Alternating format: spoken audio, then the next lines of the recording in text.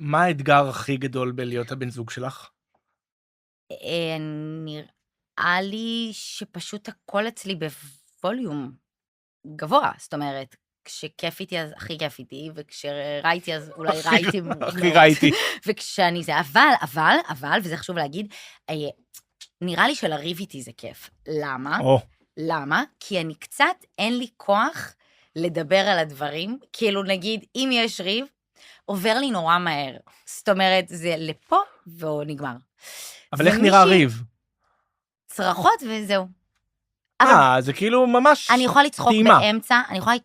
באמצע צעקה, אני יכולה לצחוק.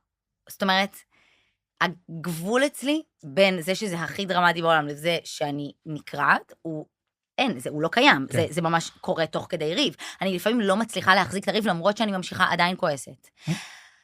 אז זה כן נחמד,